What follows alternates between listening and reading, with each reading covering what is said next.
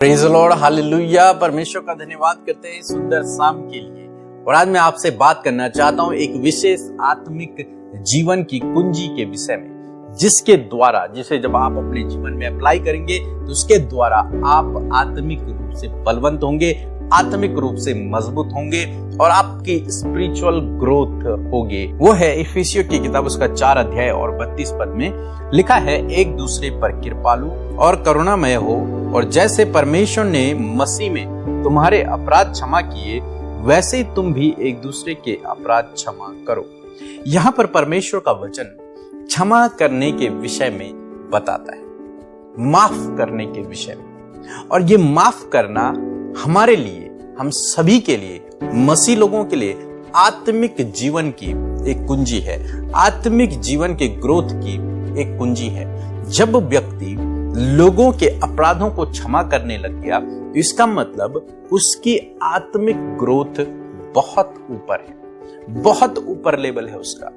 और यदि वो अभी लोगों को माफ नहीं कर पा रहा तो वो आत्मिक रूप से अभी कमजोर है, वो आत्मिक रूप से बलवंत नहीं हुआ है, या फिर उसका जो आत्मिक लेवल है वो डाउन है। तो आपको समझना है अपने आप को, ऑब्जर्व करना है अपने आप को, क्या मैं लोगों के अपराधों को माफ कर पा रहा हूं? शायद उस समय न कर पाए, लेकिन एक दिन बाद, 2 दिन बाद क्या आपको लग रहा है कि मैं क्षमा कर देता हूं? यदि हाँ, तो इसका मतलब आपका स्पिरिचुअली ग्रोथ सही है और आप आत्मिक उन्नति कर रहे हैं। पर यदि नहीं, आपके मन में उस व्यक्ति के प्रति कड़वाहट रहती है, आप उसे क्षमा नहीं करना चाहते, तो इसका मतलब आपकी आत्मिक ग्रोथ है वो अभी बहुत डाउन है।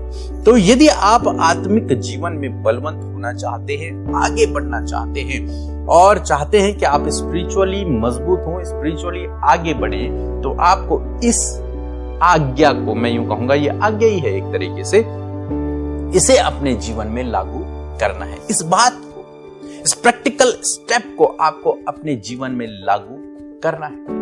और जब आप लोगों के अपराधों को क्षमा करना सीखेंगे, करेंगे, तो आपकी आत्मिक उन्नति होगी। क्यों?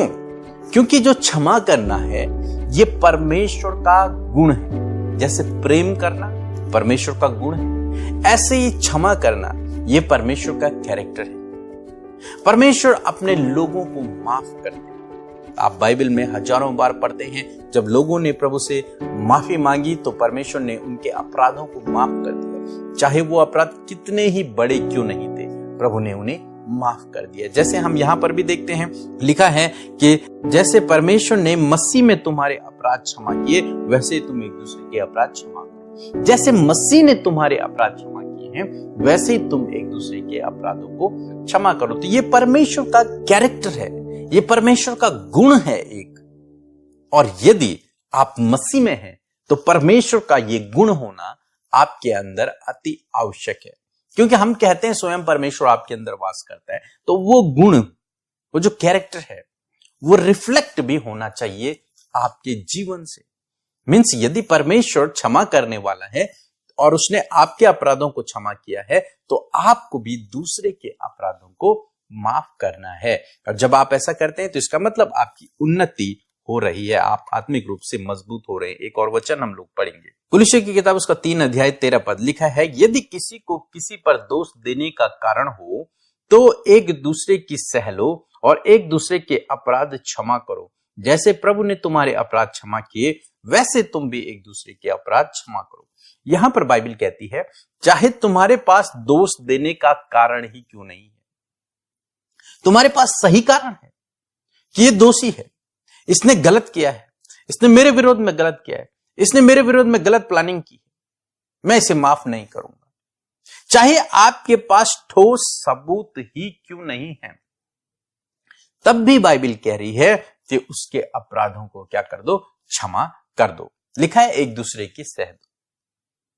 और जब आप ऐसा करते हैं, हो सकता है आपके लाइफ पार्टनर कुछ गलत कर रहा हो और आपको पता है, आप कह रहे हैं कि ये मेरे पास सबूत है और ये दोषी है, लेकिन बाइबल आपको सिखा रही है कि एक दूसरे की सह लो और उसे माफ कर दो, उसे एक और मौका दो। परमेश्वर का गुण अपने अंदर लेकर के आओ और उसे रिफ्लेक्ट करो। प्रभु यीशु मसीह ने आपके अपराधों को माफ किया, जो बहुत सारे थे, ढेर सारे थे।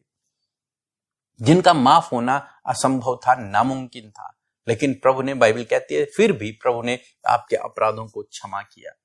तो आपको भी और मुझे भी चाहिए कि हम ऐसे ही लोगों के अपराधों को भी क्षमा करें। जो अन्य लोग हैं उनके भी अपराधों को हम माफ करें, और यदि उन्होंने हमारे विरोध में कुछ गलत किया है तो उनकी हम सह लें। और ये आत्मिक उन्नति की एक कुंजी है। जब आप दूसरों को क्षमा करते हैं, क्षमा करना सीखते हैं, जब आप इसे प्रैक्टिकल रूप से अपने जीवन में लागू करना शुरू करते हैं, तो आपको स्वयं महसूस होगा इस बात का कि मैं आत्मिक रूप से बढ़ रहा हूं, और लोग भी आपको देखेंगे कि ये व्यक्ति बहुत आत्मिक है। क्यों?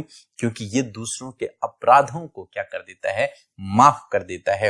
यीशु मसीह ने भी कुछ इस प्रकार से कहा। यदि आप मरकुस रचित सुसमाचार निकालेंगे और उसका 11 अध्याय और 25 पद यदि आप पढ़ेंगे तो यहाँ पर लिखा है, जब कभी तुम खड़े हुए प्रार्थना करते हो तो यदि तुम्हारे मन में किसी की ओर से कुछ विरोध हो तो क्षमा करो, इसलिए कि तुम्हारा स्वर्गीय पिता भी तुम्हारे अपराध क्षमा करे। यहां पर प्रभु कहते हैं कि यदि तुम कहीं पर प्रार्थना कर रहे हो, और यीशु मसीह ने एक दृष्टांत भी सुनाया ऐसा, जब तुम परमेश्वर के भवन में जाकर प्रार्थना कर रहे हो, भेंट लेकर आए हो, परमेश्वर को भेंट चढ़ा रहे हो, प्रार्थना कर रहे हो, लेकिन उसी समय यदि तुम्हारे मन में अपने भाई के प्रति, किसी के प्रति कुछ विरोध है, तो फिर उस भेंट को वहीं पर छोड़ दे और सबसे पहले जाकर अपने भाई से मेल मिलाप कर ले। यीशु कहते हैं कि जाकर पहले अपने भाई को क्षमा कर दे, पहले उससे अपनी बातचीत को सुधार दे। और यहां पर भी प्रभु कहते हैं कि यदि तुम्हारे मन में किसी के प्रति कुछ विरोध है, कुछ बातें हैं, कुछ दोष लगाने वाली बातें हैं, तो उन्हें उसी समय माफ कर दो। और जब तुम उन्हें माफ करोगे, तुम्हारी भेंट भी स्वीकार योग्य होगी और तुम्हारी प्रार्थनाएं भी स्वीकार योग्य होगी। तो इसलिए आज शाम में मैं आपको उत्साहित करना चाहूंगा कि आप लोगों को क्षमा करना शुरू करें। जैसे प्रभु ने आपके अपराधों को क्षमा किया, वैसे ही आप दूसरों के अपराधों को भी क्षमा करें। आप जानते हैं यूसुफ के विषय में हम लोग पढ़ते हैं, यूसुफ ने अपने भाइयों को माफ किया। जिन भाइयों ने उसे जान से मारने की कोशिश की, जिन भाइयों ने उसे बेच दिया था, जिन भाइयों के कारण उसने स्ट्रगल किया लाइफ में, उन्हीं भाइयों को यूसुफ ने माफ कर दिया। अंत में उसने बदला नहीं लिया, उसने माफ कर दिया। और ये क्या दिखाती है? ये बात दिखाती है कि यूसुफ के अंदर परमेश्वर है। ये बात दिखाती है कि यूसुफ का जो स्पिरिचुअल लेवल है वो बहुत हाई है। सो मैं आशा करता हूं आप समझ गए होंगे। सो प्रभु आपको इस वचन के द्वारा बहुत आयत से आशीष दे। आमीन।